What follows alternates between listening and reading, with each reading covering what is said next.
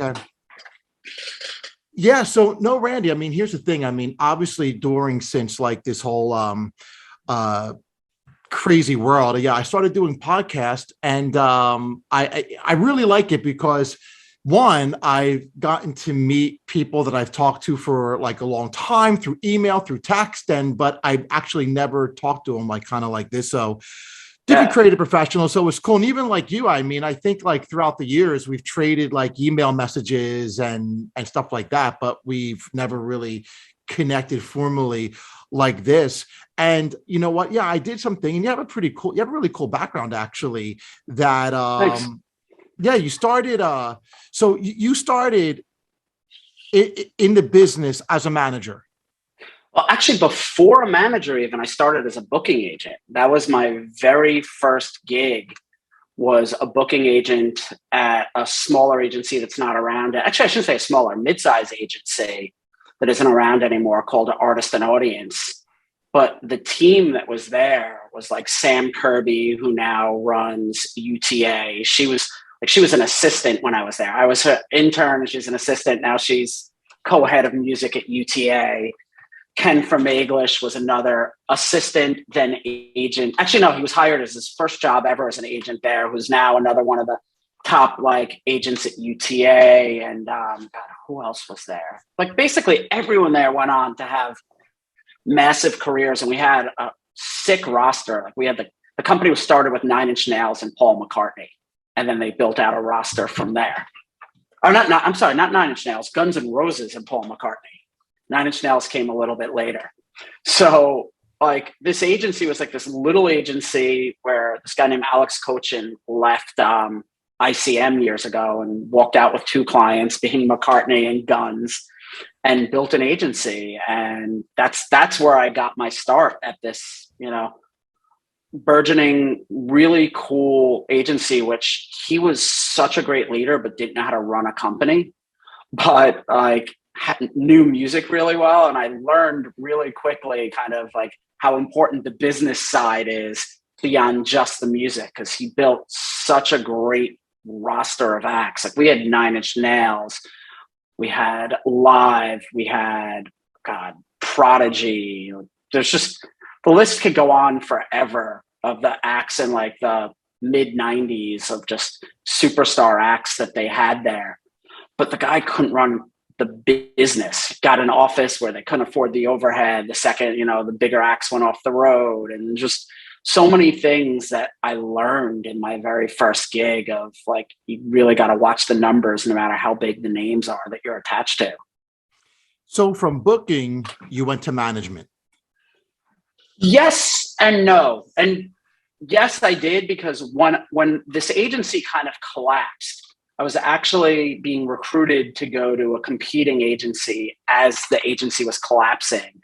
And, basically it was like, hey, you're a younger agent. What acts could you help steal from this guy that's going out of business and bring them to, come to this other company? I was like, you know what? Not interested in that. This guy helped me get my career started. I'm not trying to steal any business from him. So if that's what you're interested in me for, I'll go do something else. And I told my clients that I was no longer an agent. One of those clients immediately told me that, now you're the manager. If you're quitting as the agent, you're now the manager, and your first job is finding an agent. And this band, they were called the Pilfers. It was this reggae ska band. The singer was probably like 15 years older than me, kind of sweetheart, but like tough guy Jamaican kind of vibe. And like in his Jamaican accent, it was like, now you're the manager. Like just basically like, this is your job. This is what you're doing. And I'd never even really thought about being a manager. And he told me that I was the band's manager, and that was that. And I run into him from time to time now. And immediately, first thing he says to me is, told you were a manager. And I always thank him, because I wasn't even trying to do it. And he told me to become a manager. And during that time where I was managing him, I, for a while, was working at Wind Up Records doing tour marketing right when I left the booking agency, just because I needed a day job, because I wasn't a full-fledged manager really yet. And through time, I eventually built a real management roster and launched, strictly a management company. So I've been strictly a manager for 20 years though. I should say strictly, because now I have my hand, as I'm sure we'll talk about, in a whole bunch of other stuff too. So booking agents and Yeah. booking companies, it seems like that the boutique ones don't last very long. Yeah, kind of going to what I learned from the agency that I was at. One of the problems with especially a boutique booking agency, if you're going to do a great job, you want to build a really strong team to support the artists. That costs money. If you have a small roster of superstars, and superstar just means whatever, covering the nut of your overhead. So if those acts go off the road for a year and a half, how are you paying the bills to cover the rest of your staff? So you need support with cash flow. And I think that's one of the major reasons why you see some of these more boutique agencies not last as long and eventually partner up with one of the bigger agencies or some other kind of, dollar somewhere, whether it be an investor or whatever. Like you look at a company like AGI, which is one of the bigger booking agencies. They never sold to one of the major agencies, but they did a deal with Ron Burkle from Ukaipa Capital, and he backs their agency so they can be a large boutique. So you're saying they don't last long because they're not generating that regular cash flow to sustain the business. And I honestly, I'm speculating to some degree, to be honest, but I think there's got to be something to it. The agency business, if you don't have enough major acts, and that's where, the major booking agencies love their music departments because it's regular income and it's just recurring revenue flowing in until COVID came and suddenly it was a lot less recurring. But when you have major film directors or actors, they're not doing as many deals a year as music. So music is a deal a day. Every day there's a deal somewhere. But if you don't have enough of those deals to keep the lights on, the smaller you are, the less of those deals you have. No, absolutely. And because we are constantly, and the music business is a very it's so many variables, right? There's so many variables. So now in management, one of your main clients that I think people know you for is for the band Underoath. Yeah. Okay. What I find amazing is I don't think I can't find any manager that has managed an act as long as you have managed this act, because for a couple of reasons, people get bored of each other. Yeah. People like change, artists like change. As you know, keeping a band together, it's harder than keeping a marriage together. Yeah. So what do you contribute this unique phenomena of you holding onto an act for 3,000 years? Yeah. And, some of it, like we've gone through all those things that you've described. We went through an era where the band hated me. They were shooting a documentary on the road about their tour that kind of turned into their bitterness against me. And I mean, it's amazing. Like it was never formally released, but I've seen the edits of it. And it's amazing to be able to sit there and see the other side of people being angry at you. But I feel like one of the things with me, and I've gone through other eras with the band where we've had issues too, but I feel like the music industry is filled with egos so often. And managers have bigger egos than the artists quite often. And as well as other executives, it's not held to just managers. And you need to listen. You need to understand what's wrong, what's bothering them, what are the problems that are fixable. And a lot of times, the problems aren't fixable to some people. And, the structure of our deal was one of the problems that I had with the band. I'm just super transparent. Most managers probably wouldn't even talk about this, but the structure of our management deal, they were uncomfortable with after a while. And some of it, I shouldn't say some of it, a lot of it came down to the fact that there's 6 people in a band. So if you have a band of 3 or even 4, what your manager is making is very different, percentage wise of what you're making than if you have a band of 6. So you need to structure a deal, eventually if people are upset, to make them feel more equitable.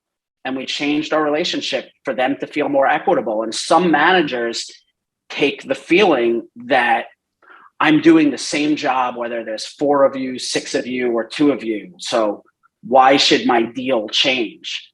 But as a manager, I look at it and go, these are humans. What they're taking home to support their family is different because of how many members in the band there are. The manager needs to take account to that as well. So I feel like understanding those kinds of issues, and that's just one of many examples. So let me ask you this, Randy. You mentioned about a deal structure. Here's what's really interesting, and correct me if I'm wrong, that I've talked to numerous, I managed artists in the past. I haven't talked to managers. What I find very interesting when it comes to management is that when you talk to managers who are managing artists, not one situation is alike. The way they commission, when to commission, and how. As well as how. Yeah. It's all different. Because the way I look at it is, and tell me if I'm wrong, an artist is a business and you're so-called managing this business. And look at the artist like a cash register. It's like, oh, I'm going to pay myself. So the question is, as a manager, when does he pay himself out of that cash register? Am I right or am I wrong? Yeah, there is some of that. And I wouldn't necessarily call it a cash register, but it's selecting, what are you going to waive your commissions on? What are you, because a smart manager, for the most part, is not going to directly invest in an artist unless they have equity in that business. Because an artist can fire you, even with a contract, it's still at will to some degree. Sure, contracts, right. Yeah.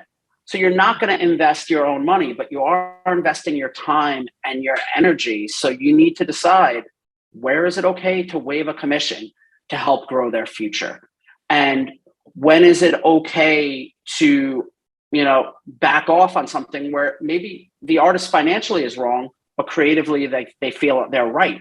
And you just have to feel those things out. And there just isn't a right or wrong answer to how to address those things. And, I've found with a lot of managers, they want to manage every act they have the same way. And every decision I make for Underoath is based on how I think Underoath would make that decision and what Underoath puts their lens on to look at it with. And that's important. And how I'm going to look at that with, another act I managed for many years, a band called The Starting Line, how they're going to look at a decision is very different. And I will go to both bands to get a final decision, and I will advise them and discuss these situations differently based on how they want to be perceived by the world, how they choose to run their own business, what the personalities of the band members are. And those things are all important. There isn't one way to do this. Even if you have 2 bands in the same genre that sound the same, the decisions still aren't going to be the same. No, I like that. And I think what you're saying is with Underoath or The Starting Line, you're not treating every band the same. For instance, what you're really saying is, for Underoath, you're the 7th member of the band. Yeah, in a lot of ways I am. And honestly, and that's kind of how I always looked at it. I never wanted to be that person that was looked upon as an executive or a suit, in a way, because those are bad connotations. I always wanted to be, listen, I am like the 5th or 6th member of your band. And I think the minute the artist starts losing that perspective of you, it's when things kind of get hairy. So now that we're still in the management issue, what's really interesting. So I find, correct me if I'm wrong, that like every business evolves, and I find new artists today, and I wouldn't necessarily say rock artists. Rock artists still need booking agents and the typical structure of the rock and roll business.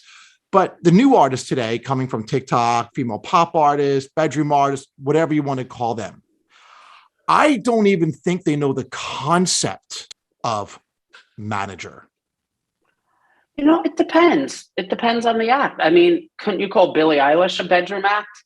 I mean, Yes. she's a global superstar now, Mm-hmm. but she was a bedroom act, and she connected with her manager fairly early, and they developed together.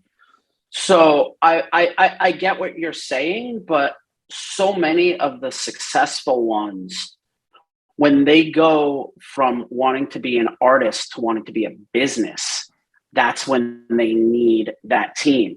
And the use of the industry machine has changed. It used to be you bring in that industry machine to fine tune that sound, to work on your brand, to help you reach the audience. Now they're doing all of that on their own, and the manager comes in as your business partner to help you run your business. And personally, I think that's a healthier way of running the industry too, because in the past, you have these tastemakers who are telling the world who the successful superstars are going to be. Now the world is kind of connecting. They're deciding who they want those superstars to be. At times, there's still a lot of manipulation, Sure. but then they also learn some of the hard work too. And I think you may see in the long run more loyal teams when the managers are capable of continuing to run that business, because the artists know what they need to do to run their business. In the olden days of the industry, for anything back 5 years before now or whatever, you have the industry machine who picks up unknown artists, develops them, puts them out on the road, and they're not really doing that much of the work. Today, they're running their business, and then look, they reach the point where they can't run their business on their own and be a creative at the same time. So they look for someone that has a like-minded vision to become their business partner. Now, are you referring to like, and by the way, I agree with everything you're saying. A couple things that you said that I actually really liked. I like that you said like the tastemakers no longer determine; it's the world determines. And as you said, of course, there's some algorithmic There's always exceptions. manipulation. Yeah. I just TikTok. There was an article in Bloomberg that TikTok decides what is a hit. Yeah. So my question is, though, again, unless I'm missing something, I find it difficult of actually pinpointing artists that have built a successful kind of homegrown machine where a manager can come over and start facilitating and running it. I mean, unless I'm missing something, I'm not saying they're not out there. I have a hard time finding an artist where it's like, hey, look what I built. Come on. I mean, I got it. Am I wrong? Or are you saying those are exceptions or it's a normal thing? I think, it's a tough question. I'm focused more on the rock world. Right. So in the rock world, I'm still seeing, those things happen. But, I look at someone like Chance the Rapper, which is kind of the story that everybody goes to. And Chance and his manager, former manager, Pat the manager, they right. Allegedly, and I only say allegedly because now there's accusations going back and forth, sure. Not because I doubt them, but they allegedly built a business together for many years from scratch. So you do see those types of examples that happened or are happening. But I understand what you're saying too. And, some of it's just the shelf life for pop acts is so short right now because the A&R is TikTok. It is the world. And it's not allowing some of these people the time to develop their talent. And I think that's part of the problem that you're probably talking about and seeing is you used to have acts, in the olden days, you could have 5-10 years to develop as an artist. In this TikTok era, you may have 6 months sometimes. No, it's true. Now, outside of management, you're also involved in other kind of music technology apps. Is that right? Yeah, I've just, going back to years ago, I worked at Red Light Management. And when I was there, I started realizing on a regular basis, tech companies were coming in to pitch us to fix problems they perceived were problems that weren't problems at all for our industry. But you'd have these brilliant people come in the room and tell you how they were going to fix your problems. And what I learned in engaging with a lot of these people was they were interesting. They had great ideas. They were misguided about where our problems were quite often, but they had the ability to fix problems that were real. And I started pushing back on a lot of these entrepreneurs that would come in the office and tell them what I felt they were doing wrong and how they can improve their product. One of the things that you'll find in the music industry quite often is someone will be like, I like this or I don't like it. They're not going to be strategic and, detailed in what they don't like. And I just really found myself liking these people and wanted to share where I thought they were missing. And through that, I built a lot of relationships with brilliant people in the music tech startup space. And in that, I started getting asked to advise for a handful of companies, invest in some companies. I was an early investor in the company Bands in Town. And they were one of those examples where they came to me with a solution to a problem. And the solution to this problem was artists don't like having to update their tour dates on, at that point in time, it was Facebook. We can do it for you. We'll scrape the internet, find all the information on Ticketmaster and all the other ticketing sites and put it onto your tour dates on your behalf so you don't have to do it. And I said to them, I said, that's great, but we still need control over this because false information is out there everywhere. So a bunch of people were just kind of telling them, no, I don't want to work with you. I sat down with them and said, you need to change this tool so that managers or labels or whoever is accessing it can control and edit this information that you're finding from scraping the internet. And through that minor change, they went from a product that people were afraid of, that they saw as spreading, disinformation about their acts, to now being able to manage that data. And they went from a company whose main tool was scraping data and hoping that it was clean to artists cleaning their data for them on their behalf and then giving it to their fans. So the artists actually made their product better once they made that minor change. And then the artists were willing to use it, which then gave a better product to the fans. So that's one example of how these people, they came in and, they were smart, but they just didn't see what they were missing. And I enjoy just kind of ripping products apart. It's fun to tell people what they're doing wrong when you're doing it with people who want to hear that. That's the key. If you tell a musician they're playing wrong or their songs are wrong, we all know how that conversation goes. But when you're dealing with that with entrepreneurs who thrive on, creative criticism, it's so different. And I've just found it refreshing over the last decade to be able to share that constructive criticism and help people build better products. So it's been a fun thing for me. And I was early investor in Bands in Town. I've been an advisor for a company called At Venue for, I think, about 8 years now. And At Venue built a tool that gives artists, promoters, and festivals the same power that a POS system that a retailer has in like a major retail chain. So you take like a McDonald's or someone, they know exactly how much food they have in inventory in that store, how much are on the trucks on the way, how much is in the warehouses. They know how many burgers they're selling a day. They know that on Saturdays they sell more than on Thursdays. And we're able to take all that kind of data and bring it to the music merch business. So I've got very involved with that company who are doing incredibly well. And, it's fun just to learn from these tech people and help them better learn about our business as well. So now, speaking about tech and changes, it was only I think last year when this pandemic hit that Underoath, didn't they do some live streaming thing that made some waves?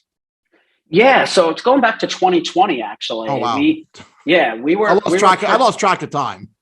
Yeah, we were pretty early on that tip. We watched early on in the pandemic. You had a handful of artists who went into nightclubs and tried to replicate what a live show used to be like, where they're standing on stage, there's an empty room, and then a camera at the back wall. And the thought process was, let's replicate a live show and sell it to an audience, and understood what and why they were doing that. Then the only other option for streams was the artist who had a camera in their living room and were kind of giving that at home moment with an artist. And what we put together with Underoath was this concept of let's replicate the emotion of a live event rather than what a live event looks like. And we set up the band playing in the round with cameras on the inside pointing outward at each of the band members. And what that did is it brought the fans into the room with the band. And the band were all looking at each other, feeding off of each other, rather than staring at blank space, which is just really demoralizing to do. So in doing that, we were the first act that I'm aware of that created a piece of content that was truly produced for the digital fan at home, rather than just kind of like, oh, let's film something to give people something to watch. And the other piece of the puzzle with that is the band played their 3 biggest records start to finish. And then we did vinyl reissues for each of these records. We did re-imaged merch to tie into each era of the band's career. And for 3 weeks, they played each of these albums in their entirety. We did merch drops, we did vinyl drops, and they ended up grossing almost $1 million from this. And this is a band that, that number $1 million is, they don't have deals that make them that kind of money anywhere across the board in their career. This was an insane amount of money. They ended up in 2020 making more money through live events being their short streaming series than they would have made in true in-person live events. So we kind of just, went out there and we wanted to change the field. And it's something that Underoath's always been passionate about. It's just finding ways to do things differently and, just show the world that you don't have to do what everyone else is doing. And yeah, go on. No, I think that's fantastic. So now, do you think like live streaming, obviously live streaming was very common during this whole lockdown. Do you think that live streaming will kind of, I would say, disappear because it is associated with a lockdown and that's everyone was kind of focusing on? Like, do you think that the actual pandemic hurt the business of live streaming in leading into the future? Yeah, I truly don't think so. And I look at this as you're doing a few things with streaming of premium content now. One of them is you had this market of DVDs for 20 years. And, before that, the home VHS market.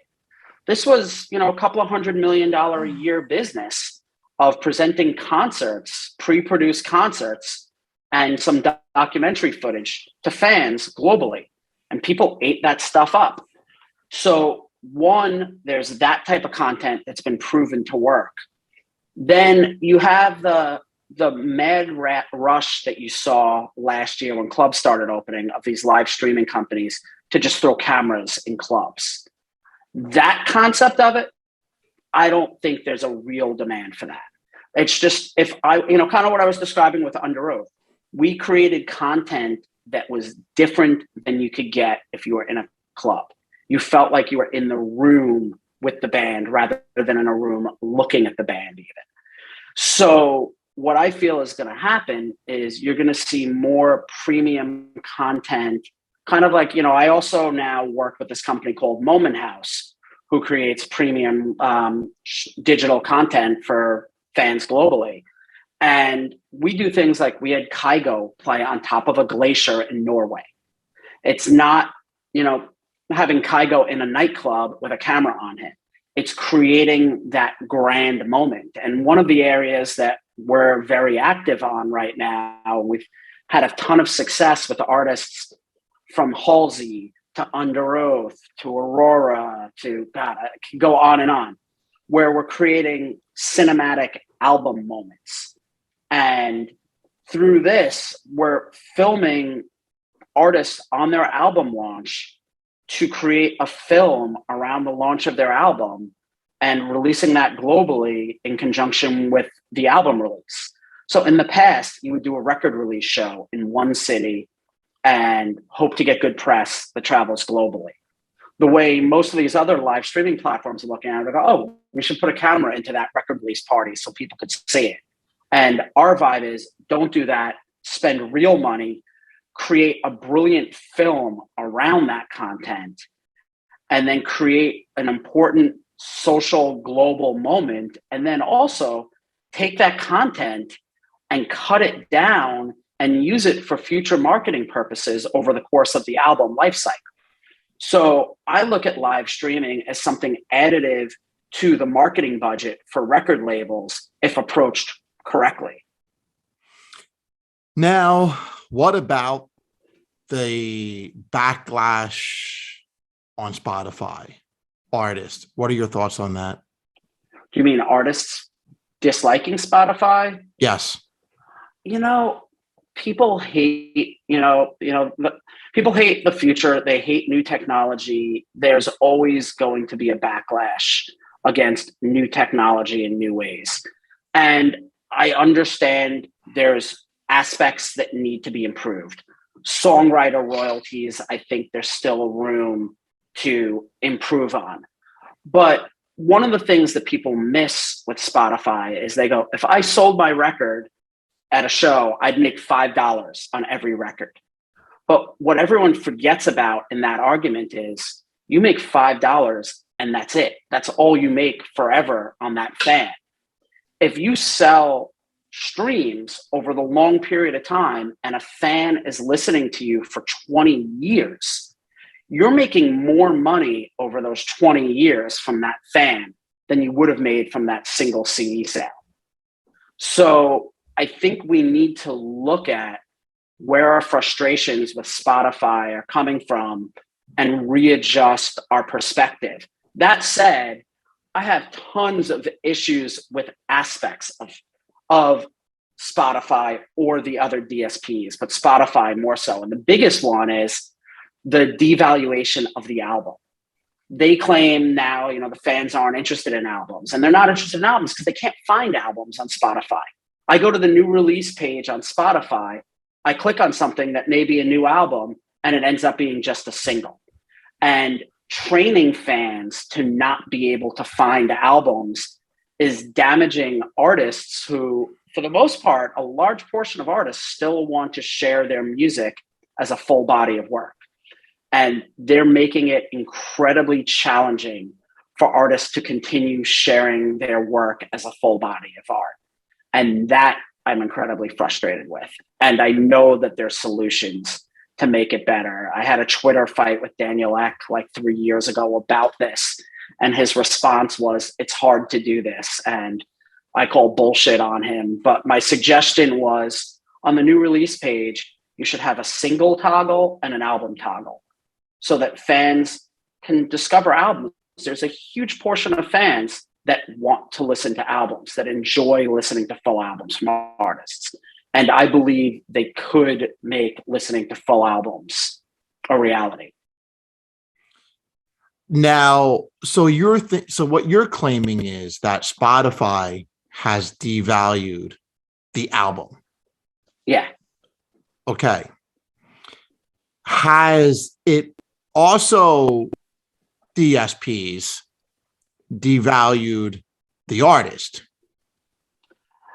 Yeah, I think that's fair. And some of that comes from, as you devalue the album and you put more emphasis on the playlist than the album, there's less listeners of multiple songs of one artist. So therefore, it's going to devalue the artist. I don't believe that any of the DSP's motivation is to devalue the artist, but I do believe that some of their actions to super serve the audience who really wants to only hear the hits is in the long run going to do damage to the artists and their careers, because you're going back to that like 1950s singles model. Yeah. If you know, in my comments and my suggestions in Spotify or any DSPs is their storefront is, I think, is really not good.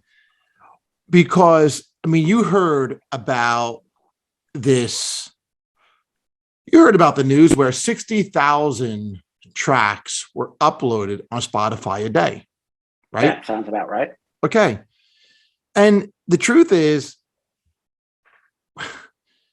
if you look on Spotify, or it looks like a colossal mess. I mean, you just like literally are going down, you know, looking at playlists and New Music Friday and Fresh Finds and all this stuff. You're hearing like, you're literally, it's just too much. It's too much. And like, I mean, it goes back to simple marketing that you don't offer 1,000 flavors of ice cream because someone's going to walk out of the store very stressed. They want the basics. And so to me, the music industry has done itself a disservice by presenting this colossal mess. And the film and TV industry is doing the same thing now as well. I agree. Think how many, like, it used to be, oh, did you see this episode of a show that people have heard of? Now it's, have you seen this show? And you've never even heard of it. And it happens on a regular basis. There's so much content out there. It's too much. That it's difficult for people to know what it, you know, we used to know what all of the content was, but that's the democratization of content. Like, is it our generation? We look at it as wrong. There's, as you said, it's too much. It's only too much if the market says it's too much. And like, I'm very much a free market believer. I'm free market too, but here's the thing. You're probably way more than I am. That's another conversation. Yeah, but still. But here's my thing of why I think it's not good. Listen, I mean, imagine if Apple said, guess what? We're going to launch 10,000 new products this quarter. No, it's very focused. Imagine a pharmaceutical company. Hey, Randy, you have a sinus infection? Guess what? We have literally 60,000 drugs that you can choose for your sinus infection. You're like, you know, and it's the same thing with music. I mean, listen, I'm all for it, but there has to be order. It's not a disservice to anybody. One who's trying to get new music or a new film out there. You competing against all this stuff isn't really good for you. There should be a barrier. There should be this kind of a, there needs to be some kind of sensible kind of thing rather than just throwing everything out. Pick your favorite comedy movie. We're just going to show you like 10,000 titles to pick from. I just think there's a better way. Actually, I think it's very unfair to the consumer. Yeah, no, I totally get what you're saying and agree that it's difficult to the consumer. But the problem is who dictates and how what is going to be listened to and what isn't, and what's going to be available, and what makes that fair. Like, who's to say that that little act that no one knows who they are and maybe shouldn't have gotten through your regulation should be let through? And it's, I feel like the problem is everyone has a right to be there, and we shouldn't have regulation of music as much as we as professionals in the industry would like it. Yeah. It's not necessarily the solution, but the makers of these platforms have created these problems, and they should be part of the solution too. How about this? There needs to be, okay. And by the way, and I agree with you. I'm not saying anything should be shunned. I agree. But there needs to be like better categories. It just needs to be more focused. It's like, think about it. When you went into a record store, by the way, I'm not asking anyone to return to any type of day, but I'm saying when you went to the record store, you saw like new releases. I mean, even though there were thousands of records in a store, you did not feel overwhelmed. Exactly. There was a platform. Have you ever heard of a older DSP that's Pandora bought years ago and shuttered called Rdio? I don't. RDIO. So Rdio built what you want, and it's been dismantled for like 8 or 9 years already. It had a beautiful interface. The UX was a dream. You went to the new release page. It had a toggle of singles and albums, and then it had an algorithm that is displayed all new releases based on the number of listens that each album had so far. So it would update, and it was like an endless scroll of every new release that came out for the week. And you could easily see all the important records that came out in a week. And then one click to add to a queue so that you could build a queue of all the albums that you want to listen to for the week. So in my opinion, it replicated going to the record store, seeing the major new releases that were out, and then being able to kind of walk out with them and listen to them as you want throughout the week. And that's the best solution that I've seen. And unfortunately, that company was shuttered many years ago already. And it looked better than any of the DSPs look now. And it was like 8 years ago. And another thing, they need to improve upon I say they, I was like, who's they? But they need to improve upon the experience that connects music to the consumer.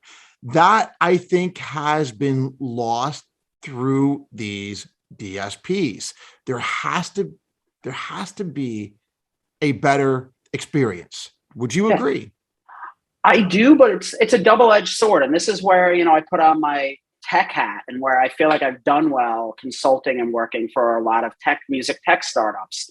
The other side of the argument is most people just want to hear the hit. They're listening to the radio to hear the hit. They were buying that $18.99 CD at Sam Goody to hear the one hit. And now they could come to Spotify and hear just the one song and not be ripped off to have to pay all that money to hear the hit.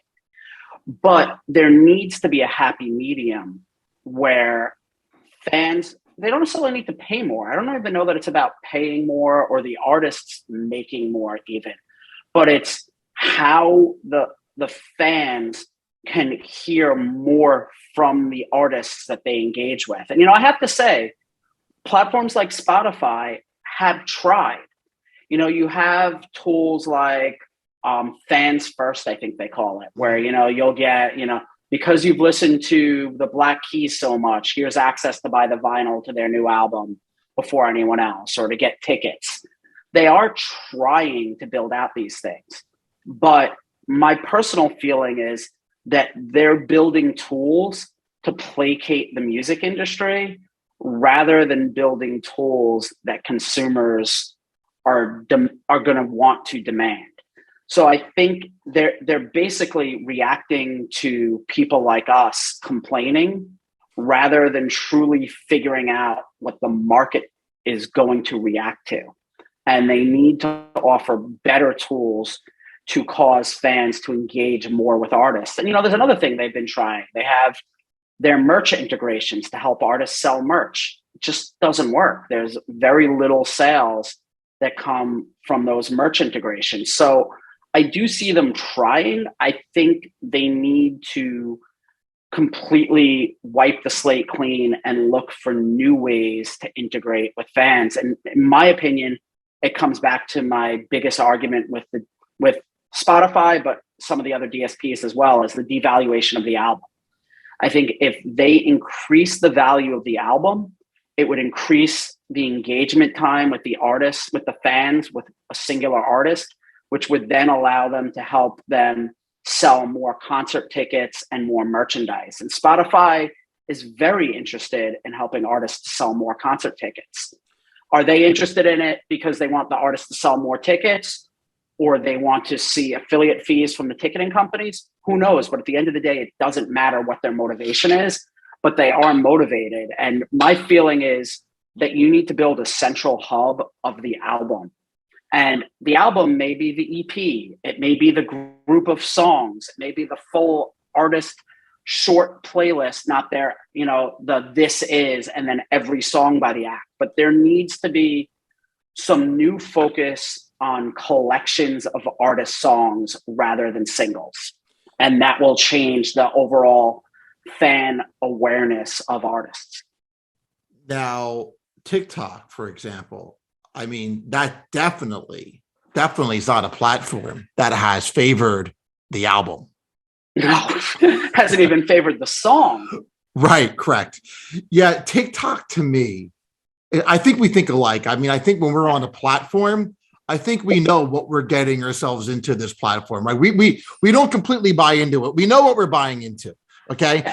With TikTok, to me, it was like social media on steroids. TikTok came around and like, all right, what we're doing with Facebook and Instagram and Twitter, we are like this behemoth. We're adding all those elements. And here's my thing with TikTok. I'm not sure, is this social media's last hurrah?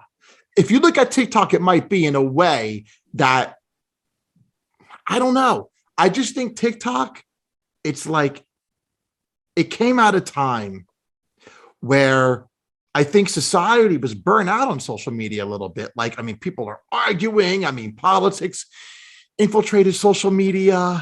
It just became but TikTok came along and said, all right, stop your arguing. Stop. We're just going to have fun again. And we're going to be the platform where your grandma can go ahead and sing, and we're going to blow her up and get her fans. Right? Yeah, totally. Yeah. I mean, there's certainly a lot of that. And, it's like you said, it's a reaction to all the negativity. But, in my opinion, the first social media almost was the phone book. You opened up the phone book and it connected you to everyone in your community. And you then went from like the phone book to the phone book being online, which I remember actually using, to Friendster, to MySpace, to Facebook, to Instagram, to TikTok. These are just new ways that we use to communicate with people. Right. And to say that we're not going to have new forms of communication with people, I don't believe will be the case. But I get what you're saying, though, that it's the beginning of a new era.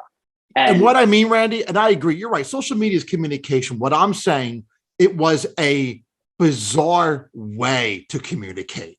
I mean, I think the way it's deep. I don't know how to describe it, but I mean, I would probably say since 2009, the debut of Facebook, I know it came out earlier, but it's when things started really hitting the masses. Humanity has just a weird way of talking to each other and integrate. You know what I'm saying? I totally know what you're saying. And, I'll go a step further to say that Facebook encouraged that. And, there's documentaries that talk about it. And I feel like you and I are an outlier in this, but also a perfect example of this is you and I have pretty differing political views, right? But we're both very open-minded people while having differing political views. Based on Facebook's algorithms, they want to anger me and anger you. Correct. So they show each of us our posts that oppose each other.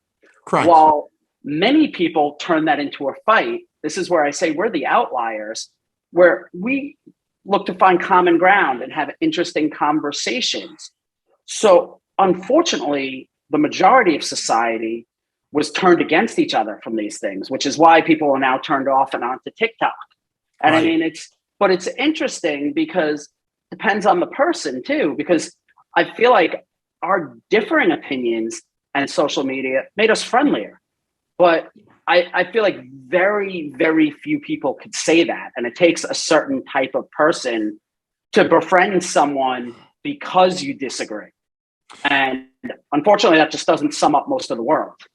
No, and Randy, and I agree with you. I mean, I think Facebook is very insidious. These people they're very, as you said, they literally designed these platforms to turn people against each other. I mean, they would like literally, isn't it amazing? Like if you liked something, just like something, another person, it may be with opposing view, it would come on their newsfeed what you liked. And they might get mad at you for liking something. Yeah, it's crazy. Randy liked something that I didn't like. Unfriend. Yeah. I mean, it's insane, except it's not unfriend, because their goal is not unfriend, because unfriend means lack of engagement. They want to increase the engagement. So they're doing it. They're going to show you that I said something that's going to elicit a response. If I said something that was going to make them unfriend, I'm sure their algorithm would not show them that, because that slows engagement. Like if I said something blatantly racist, which is just not in my body, but if I did, they may not show that to a social justice warrior friend of mine, because that would just get them to unfriend me and lose engagement moving forward. No, you're absolutely right. And another thing is what I can't believe, the world we're living in today. I mean, it almost feels like it's surreal. Am I dreaming? But no matter what your beliefs are, I mean, and social media is responsible for this and all this and algorithms, but you could literally talk to someone about whether it's this war. Yeah. And they could have a total different set of facts and a narrative. Like we're almost like, so when I talk to somebody about, I would say, hot topics in society, my first question is going into a conversation with them today. I have no idea what that feedback's going to be, because I actually don't know what cycle or what feed they are into. Yeah. I have a friend. Actually, I'm going to mention a couple of friends. So I have a friend in Ukraine who created all the digital content for Underoath on their last album cycle. Talk to him all the time. He's gone from video director to, like we talk and I'm following him on Instagram. He's digging ditches and, helping to build Molotov cocktails and hiding in his basement in Kyiv in an apartment building. I mean, it's horrible what I'm seeing. But I'm talking to this friend. Then I'm talking to a former promoter friend in Moscow who I've stayed friendly with for years, who now works for a contractor who supplies software for militaries. So you could guess where his views are going to be. And, having conversations with this friend in Moscow, and it's like talking to someone with completely different sets of facts. And it's really difficult to have this friend who's getting attacked, literally bombed by this guy's country, and have, some degree of affection towards both of them. But it's really, really hard. And I actually just stopped replying to my friend in Moscow, who's justifying that they need to, eliminate the fascists and Nazis and nationalists in Ukraine, because I can't take any more of it. But I take the stance where I'm not going to tell him to fuck off and he's a shitty person, right? Because those are his beliefs. And it blows my mind. I reached out to him hoping that he was going to be one of those people that didn't. Well, here's the thing, Randy. It was funny is you surf. I think I kiteboard. So, I mean, and kiteboarding attracts like people from all over the world. So surfing is the same way. Right. Ironically, I kite with a guy from Moscow and I kite with a guy who borders Ukraine. So now both of them have opposing views. Yeah. I mean, there's no doubt about it. And like, when I talk to the guy in Moscow, you're almost like, wait, what side should I be on for a second? Because they're very convincing and they're very, they give you a different part of history that they're not running on the news. Okay.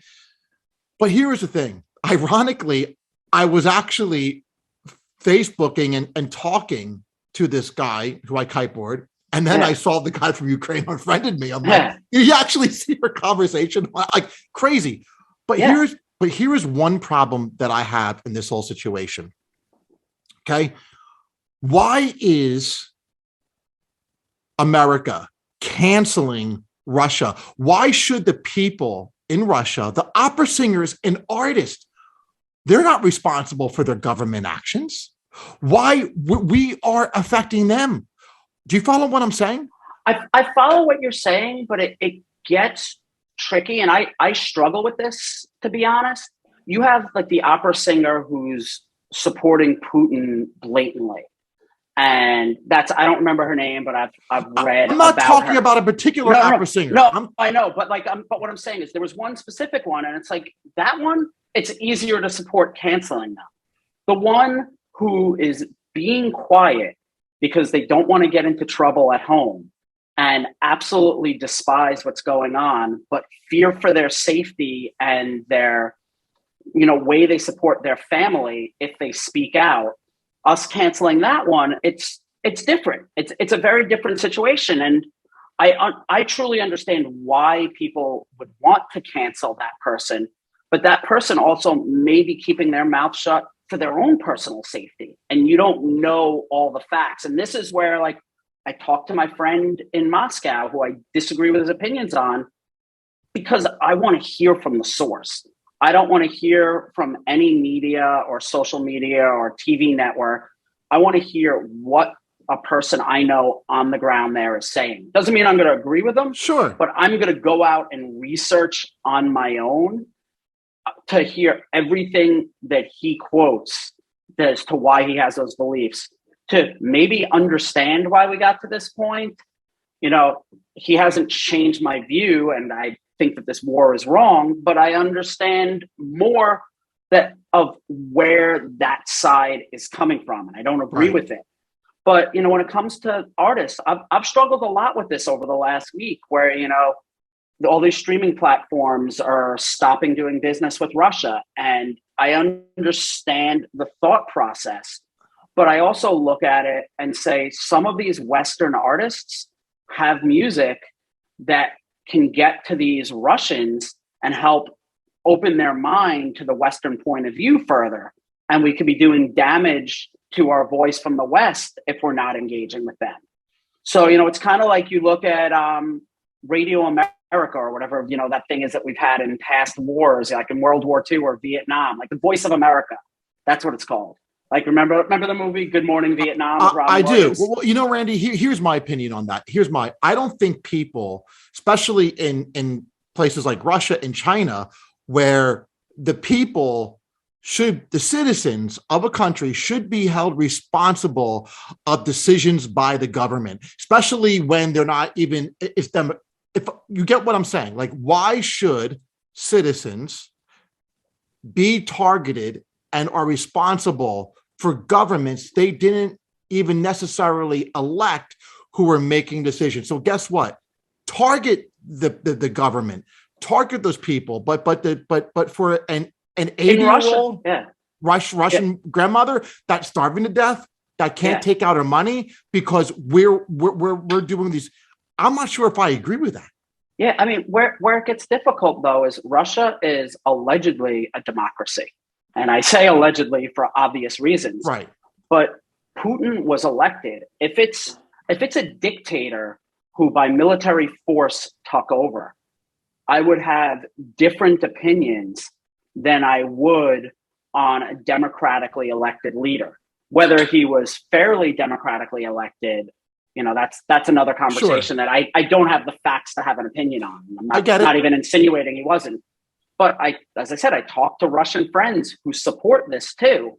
So it's war is never easy. There's a lot of collateral damage in war, and the side that for the most part started it, the only thing you could pin on Ukraine is in this disputed region that they were fighting over, that it seems to be a very two-way fight just in this one small little region. But Russia has now taken it out of that region. And, I look at my friend who's my video guy for years for Underoath, who's being bombed. Like, what's worse, struggling to find food because of something that your democratically elected government did, or having bombs dropped on you because of something your democratically elected government did.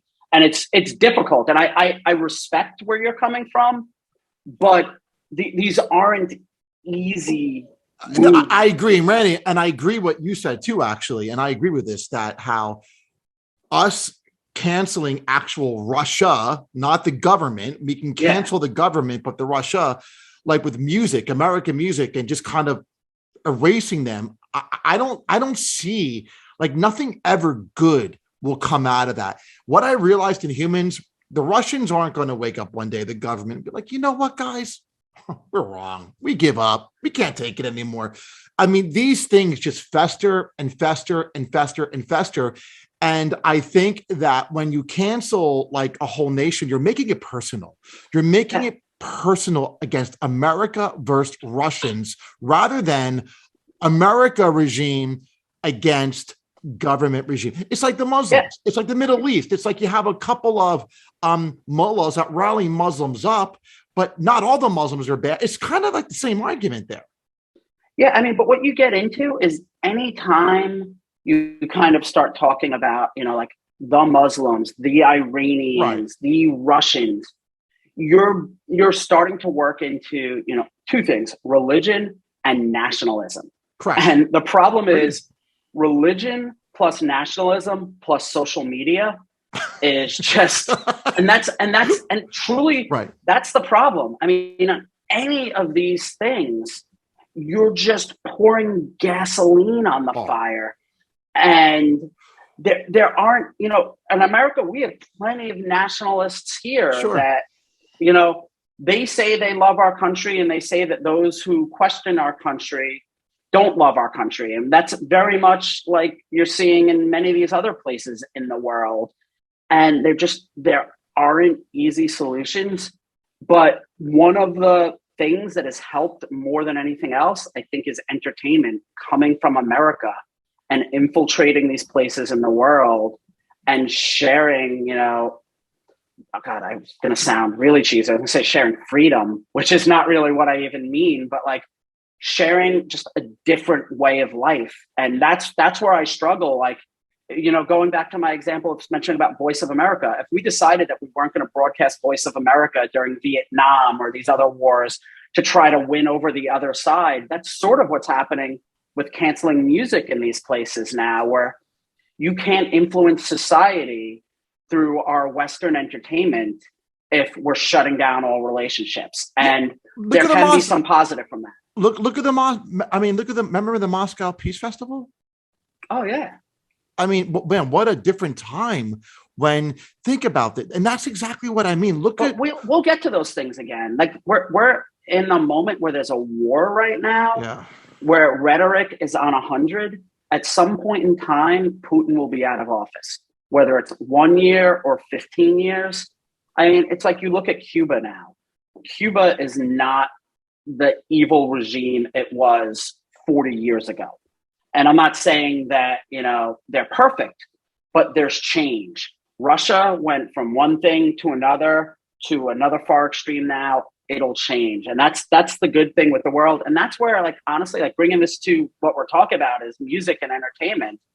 That's where I feel like entertainment has so much power, because that is one of the only common denominators that brings people together. As I said, you and I have very differing views on so many things in the world. Music brings us together. Right. And it's so important. So I will agree with you that the canceling of music between societies is scary in that sense, 100%.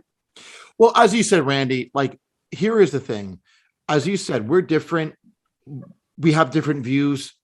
But honestly, I think like you and like I've had always different views, and people always had different views, but we actually have more similarities. It's just, but social media and our culture wanted to amplify the differences. Oh, the differences. Yep.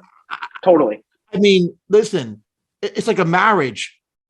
I'm married. I'm sure you're married. I believe you're married. Yeah. I mean, if I were to look at my wife, I'd probably sit there and say, there's a lot of differences.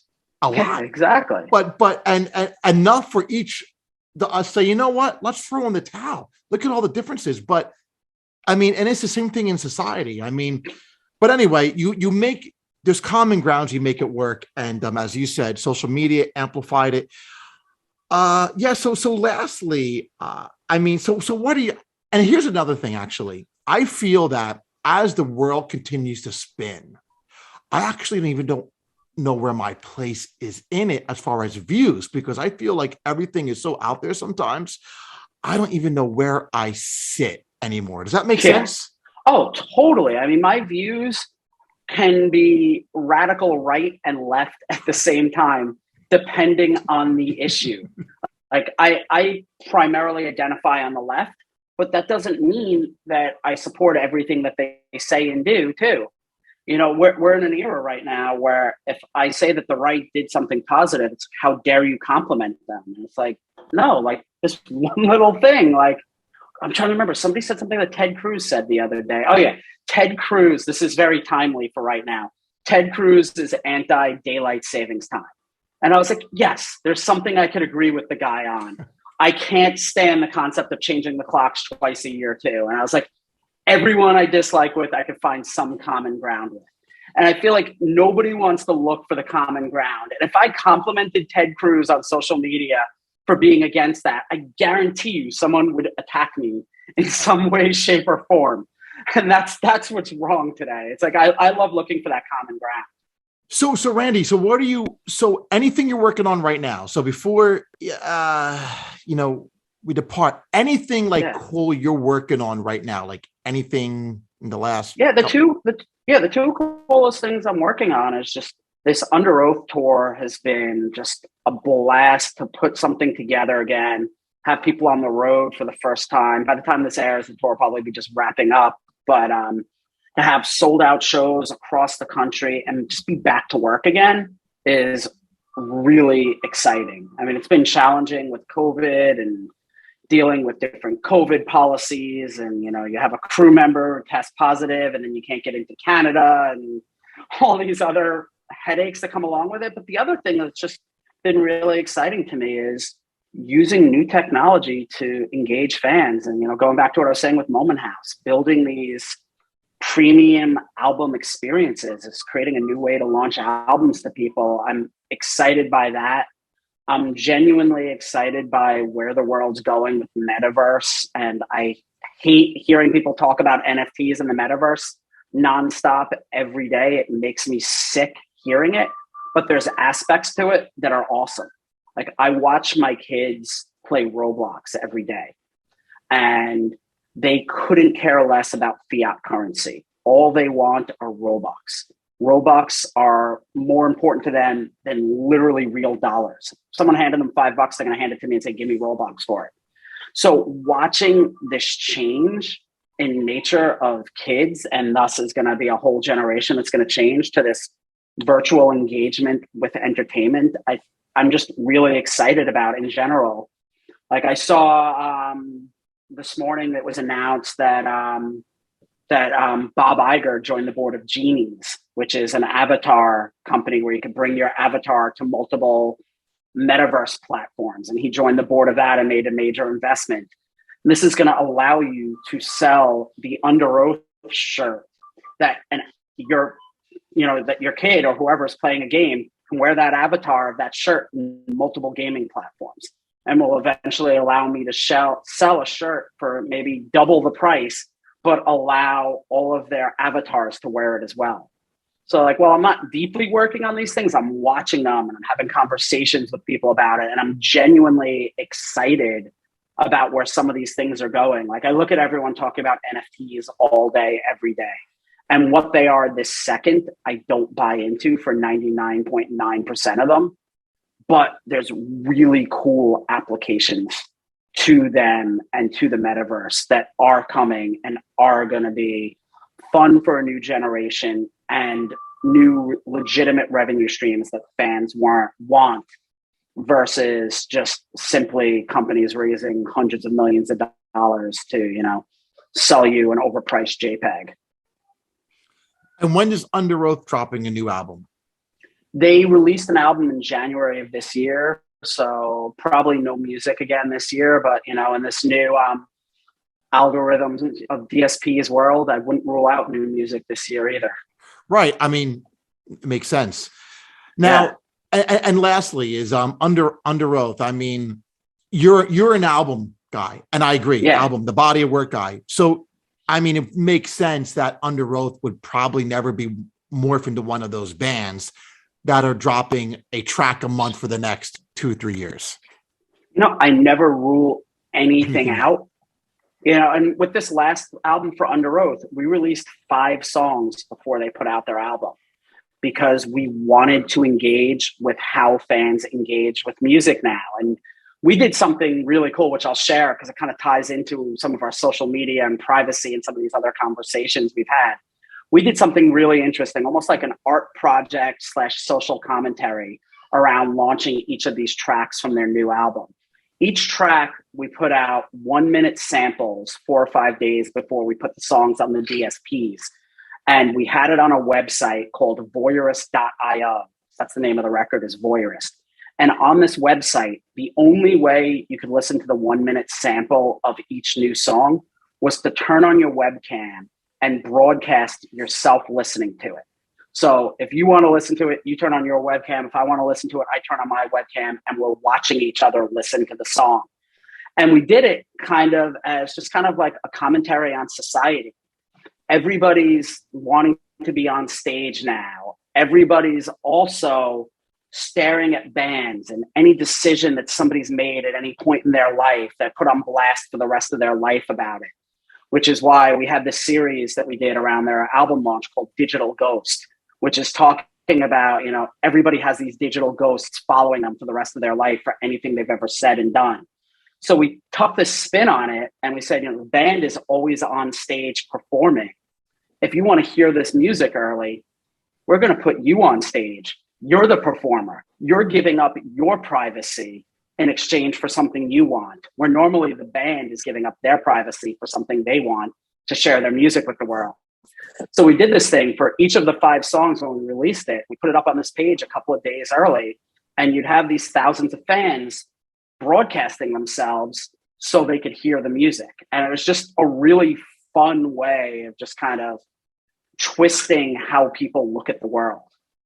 That's amazing. Thanks. Wow.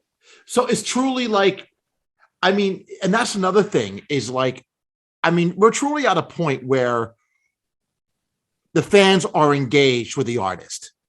Yeah. And that's what I do like about today, right? You see the engagement. The engagement is real time, right? Yeah. So, all right, Randy. Well, I'm going to actually head to get something to eat. What are you doing now? What are you going to do now? I'm gonna finish off my emails and texts that I've missed. Let's see. God knows how many I have. We've been chatting midday, which is all good because I enjoy doing these kind of conversations. This was fun, and hopefully it's a beautiful day. Hopefully check out and go down and look at the ocean before the day ends. And how far do you live from and do you live right near the ocean? Yeah, I'm in Long Beach in New York, 3 blocks from the ocean. Okay, I'm about the same. I'm actually in New Jersey. So I live pretty much right across from New York. I don't know if you're familiar with the Jersey Shore area, but yeah, I can see it from our boardwalk. And I can see the other side from our place. So yeah, we can see the Atlantic Highlands and like that whole like Sandy Hook. That's where I am. Yeah, that's what I figured because we can see you and you can see us. Right, I've okay, gone there before, sense. and you can see down to us. Right. So exactly. So that's exactly where I live in Atlantic Highlands. We probably live like 15 miles away from each other, but it takes like 3 hours to get there. Is it crazy? If we had a boat, we'd be really close to each other. Well, on a good wind day, I'll get my kite out there and maybe I'll try cruising the other side. Yeah, exactly. Good luck getting back. Yeah, exactly. Hoping the wind doesn't poop out. So yeah. All right, Randy. Cool. Well, it's great chatting with you. Yeah, we'll be in touch. Sounds good. Bye-bye. All right, bye.